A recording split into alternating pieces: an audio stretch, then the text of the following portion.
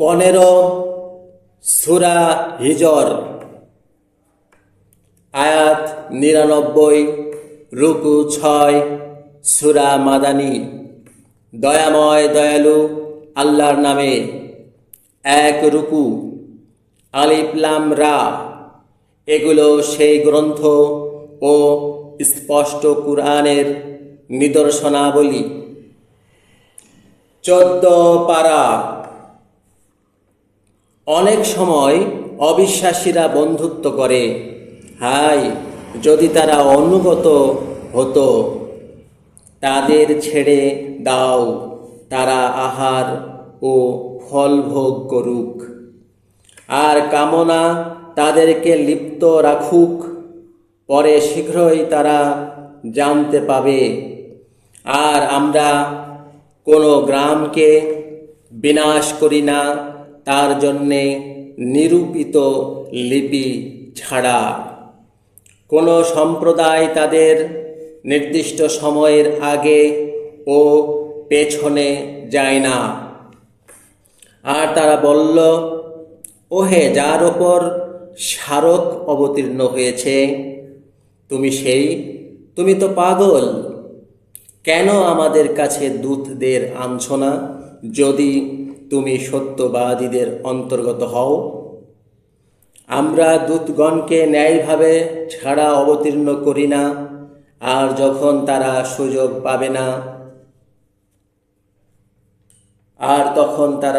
পাবে না, নিশ্চয় আমরা স্মারক অবতীর্ণ করেছি, আর নিশ্চয় আমরা তার জন্যে সংরক্ষক। আর আমরা তো তোমার পূর্ববর্তী সকল সম্প্রদায়ের মধ্যে প্রেরণ করেছি, আর যখনই তাদের কাছে কোনো রাসূল আসত, তারা তাকে নিয়ে ঠাট্টা করত। ওইভাবে আমরা অপরাধীদের অন্তরে তা চালনা করি, তারা তাতে বিশ্বাস করে না। আর পূর্ববর্তীদের রীতি তো গত হয়েছে। আর যদি আমরা তাদের প্রতি আকাশের দরজা খুলে দিই, তবে তারা তাতে আরোহণকারী হবে। তারা অবশ্য বলবে যে আমাদের দৃষ্টি বিহ্বল হয়েছে, বরং আমরা জাদুকর জাতি। 2 রুকু। আর আমরা তো আকাশে স্থাপন করেছি সকল গ্রহমণ্ডল ও তাকে শোভিত করেছি দর্শকদের জন্যে। আর আমরা তাকে রক্ষা করেছি সকল বিতাড়িত শয়তান থেকে, সে ছাড়া যে লুকিয়ে শুনেছে, পরে স্পষ্ট উল্কাপিণ্ড তার অনুসরণ করেছে। আর পৃথিবীকে আমরা বিস্তৃত করেছি ও তাতে পাহাড়গুলো স্থাপন করেছি, আর তাতে উৎপাদন করেছি প্রত্যেক পরিমিত বস্তু। আর তাতে তোমাদের জন্যে ও তোমরা যার জীবিকাদাতা নও, তাদের জন্যে তৈরি করেছি জীবন উপকরণ। আর এমন কোনো বস্তু নেই যে আমাদের কাছে তার ভাণ্ডার সমূহ নেই, আর আমরা নির্ধারিত পরিমাণ ছাড়া তা অবতীর্ণ করি না।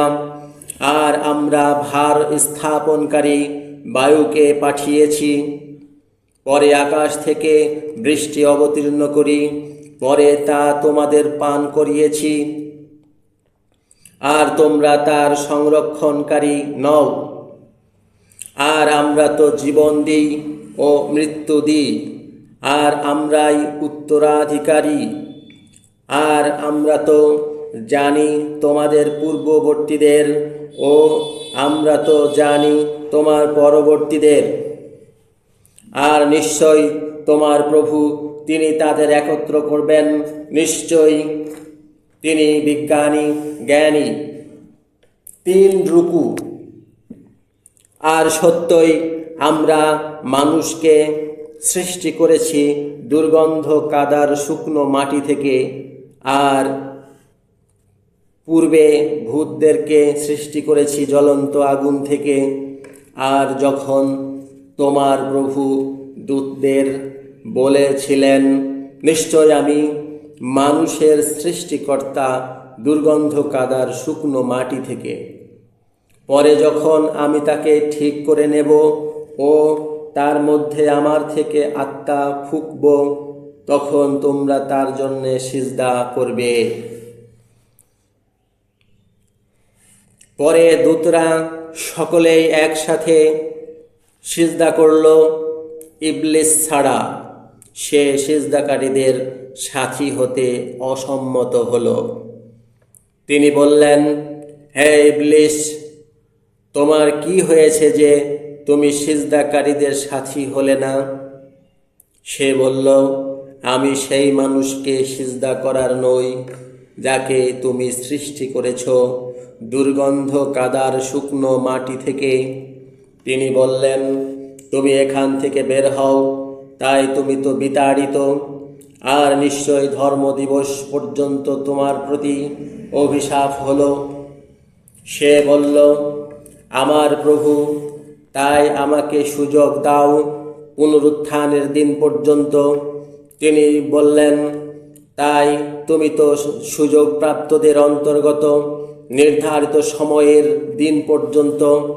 সে বলল, আমার প্রভু, যেহেতু তুমি আমাকে বিভ্রান্ত করলে, আমি অবশ্য পৃথিবীতে তাদের জন্যে সাজাবো ও আমি নিশ্চয় একসাথে তাদেরকে বিভ্রান্ত করব, তাদের মধ্যে তোমার একান্ত দাসরা ছাড়া। তিনি বললেন, এই আমার দিকে সরল পথ। নিশ্চয় আমার দাসদের প্রতি তোমার প্রভাব নেই, তবে বিভ্রান্তরা ছাড়া যারা তোমাকে অনুসরণ করেছে। আর জাহান্নাম তো তাদের সকলের প্রতিশ্রুত স্থান। তার 7টি দরজা, তার প্রত্যেক দরজার জন্য অংশ বিভাগ করা আছে 4 রুকু। ধার্মিকরা তো থাকবে উদ্যানে ও ঝর্ণা ধারায়। তোমরা তাতে প্রবেশ করো শান্তিতে নিরাপদে। আর আমরা তাদের মন থেকে ভ্রাতৃ বিদ্বেষ বের করব। তারা আসনের ওপর পরস্পর মুখোমুখি থাকবে, সেখানে কোনো দুঃখ তাদেরকে পাবে না, আর তারা সেখান থেকে বের হবে না।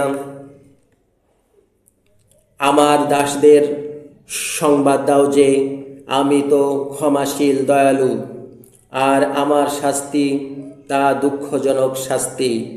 আর তাদেরকে ইব্রাহিমের অতিথিদের সংবাদ দাও, যখন তারা তার কাছে প্রবেশ করল, পরে বলল শান্তি। সে বলল, আমরা তো তোমাদের থেকে ভীত আছি।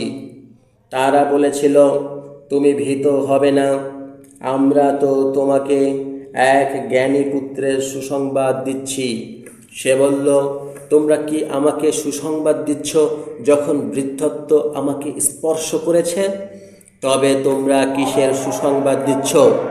তারা বলেছিল, আমরা তোমাকে সত্যভাবে সুসংবাদ দিচ্ছি, তাই তুমি নিরাশদের অন্তর্গত হবে না। সে বলল, আর বিভ্রান্তরা ছাড়া কে আপন প্রভুর দয়া থেকে নিরাশ হয়? সে বলল, তবে তোমাদের কি ইচ্ছা হে প্রেরিতরা?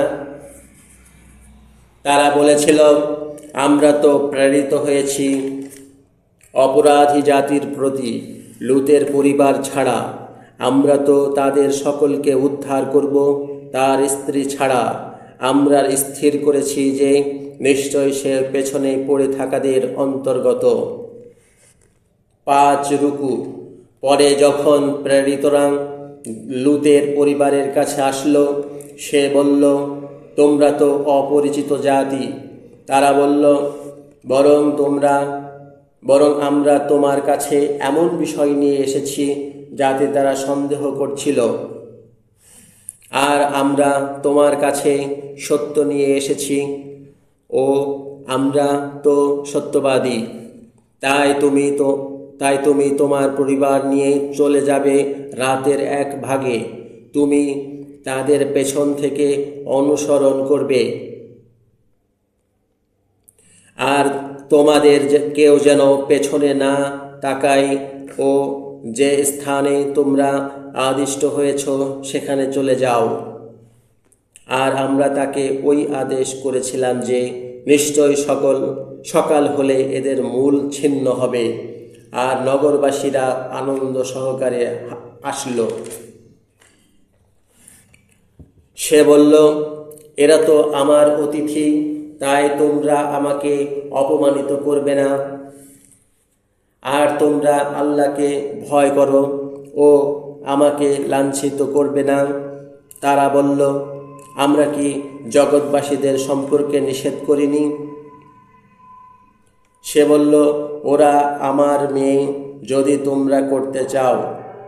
তোমার জীবনের শপথ, তারা তো নিজ মত্ততায় ঘুরছিল। পরে উষাকাল আসলে মহানাদ তাদেরকে আক্রমণ করল। পরে আমরা তার উন্নতিকে তার অবনতি করলাম ও তাদের ওপর বর্ষণ করলাম পাথরের কঙ্কর সকল। নিশ্চয় তাতে শিক্ষার্থীদের জন্যে নিদর্শনাবলী আছে, আর নিশ্চয় তা পথের পাশে দাঁড়িয়ে